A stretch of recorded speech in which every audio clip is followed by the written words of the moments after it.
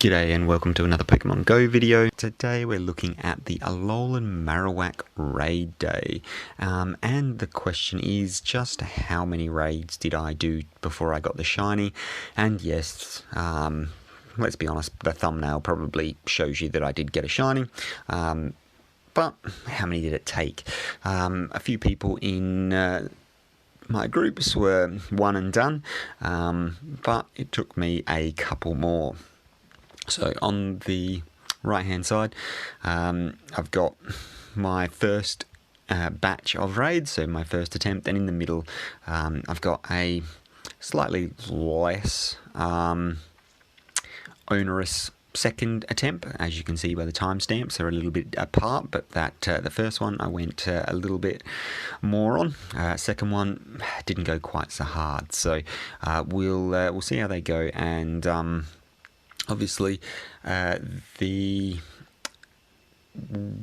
Pokemon that I'm leading with, as you can see, gotta love that shiny Flex, but shiny Kyogre, and the reason Kyogre is leading in most of, so I think there's a couple that I lead Tyranitar, but most of them it's shiny Kyogre for the lead, and the reason is, well, I'm in the UK and it's constantly raining, so I get weather boost for anything that's water.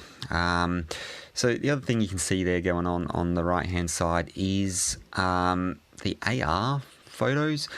So please, Niantic, get rid of some of those. I really like doing research, but when there is every other stop is take a picture, submit a picture to Niantic, and the reward is a max potion or a hyper potion, like, just not interested. It's the other thing is I don't really want to be walking slowly in front of a park filming what's going on the inside as someone without a child. It just looks a little bit suspect, doesn't it? No one wants to do that. So come on, Niantic, pick up your game. Stop trying to force everybody to map Pokemon Go for you. Surely people have paid enough money. You can afford to get some people doing that for you, rather than everybody who's actually playing the game. It would be absolutely spectacular. So that's my whinge over, and as you can see on no shinies so far. So my second raid, as I said, absolutely pouring down with rain at this point, so I decided, so I was just hiding under some shelter, but decided it was time to head back to the car and do some drive-by raids. So obviously parking up and raiding, not raiding whilst driving, so stay safe out there, people. Follow the rules in your country, but at least it kept me dry, kept my screen clear, and meant that I could maybe throw a little bit better. I find that, I am fairly used to playing in the rain now, and there's this point, it's really funny, so there's a point that the screen is not, has just a little bit damp, and it makes your finger stick, and then once your screen gets past the point of no return, it's so wet that it doesn't really hinder you, and then it gets to another point where it gets too wet and the raindrops start registering as input, so you're not touching the screen, but whatever, it's dropping balls on the ground and throwing them off and freezing them and all that sort of stuff. So jump in the car, stay dry, and go and park up at some gyms. So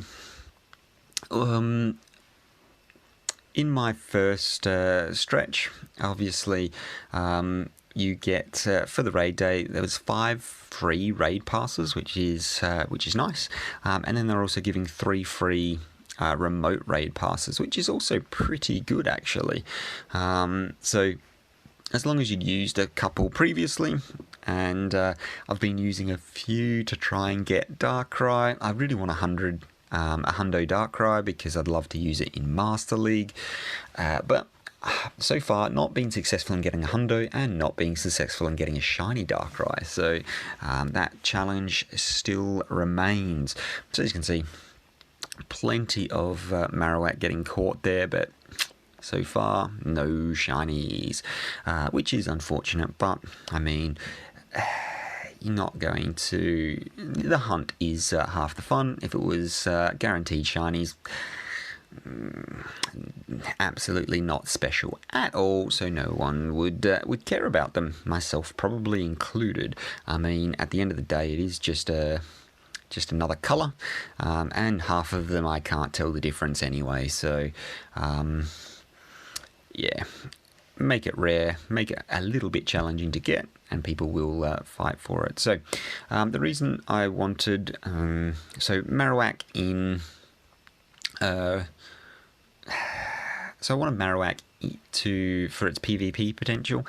So in Great League, it's quite good, and at the moment in the Halloween Cup, so it's even better in Halloween Cup because some of its counters aren't going to be able to match up against it, and a lot of people are using, myself included, Azumarill without Hydro Pump, so it actually fares okay, and with its Raid Day exclusive move, it'll be even better. So Raid Day, perfect time to get your 10 raids on your Galarian Yamask, and allow you to finally evolve that thing and have a look at it. So I've seen pictures of its evolved form, but it didn't look, I thought it looked a bit rubbish, and for me it was just going to be tick it off, get it in the decks, and done. I wasn't really excited by it until I saw it come together. So obviously all the pieces are spread out, and then it shrinks itself all together and reveals a cool picture. And I actually quite liked the look of it once you hit it together like that. And I think it's actually quite cool. So, and Ghost and Ground is an interesting typing. I am thinking of, should I power it up and use it in the Great League. So in the middle there, as you can see, look at this timestamp, 4:30, using my first remote raid pass of the day, actually, at 4:30, so saving those remotes for the good old legendaries that require a few more people to jump into, but 4:30, use my first remote raid, and getting desperate at this point. Obviously you can see that there was a big break in between my first batch of raids and some of my others, but it is what it is, isn't it? So last raid of the day, and also, like I said, most leading Kyogre on the right hand side, but last raid, Tyranitar's leading the way, and the reason for that is because of dark typing, it's going to resist those ghost moves. So yeah, Niantic's weighted the recommended party as receiving as little damage as possible. Personally, I'd rather just go damage output. I'm more interested in just taking that thing down faster. But, I mean, I could be not so lazy and actually select my team if I wanted to. And I do if there's any chance of the raid being close. So, I think Alolan Marowak in PvP, I think I'm going to power one of these up with the Raid Day move and give it a run. I think it's going to be even more popular. So the current team that I've run, and I will link to a couple of videos, well, my playlist now, and you can check those out. So my previous Halloween team has been very, very weak to fire in the back, and particularly Alolan Marowak just absolutely monsters it. So running things that are double weak, so Shadow Vic in the back, along with the Wormadam, so Trash Wormadam, just gets absolutely shredded by fire. So obviously the Victory Bell is weak to fire and just has no bulk at all. It is an absolute glass cannon, and then the Wormadam is steel and bug, so double weak to fire, so it just gets they get ripped apart. So I think I'm going to change that up and start running Alolan Marowak myself. Can't beat them, join them, and with this Community Day move, it's going to make it really, really interesting. So as you can see, halfway through the raid, it's yeah, it's almost down, and it only just managed to take out my Tyranitar there. So really, really good in terms of doing very little damage with those Shadow Balls. But he's awful spammy with those Shadow Balls, but yeah, just not doing much damage at all. So there it is, last raid of the day, which sort of spoilers what's about to happen, but I mean, it's going to happen. So last raid of the day, able to take that down, and the question is, has anyone managed to count? So there's still raids going on the right hand side there, so a few more raids to go, but count away and see if you can figure out my numbers before I show them. And there's the shiny. So it's not particularly, so it's got a black stomach, and CP 1016, so I think that's going to be okay. Who doesn't love Alolan Marowak? Twill and his fire, like, absolutely outstanding.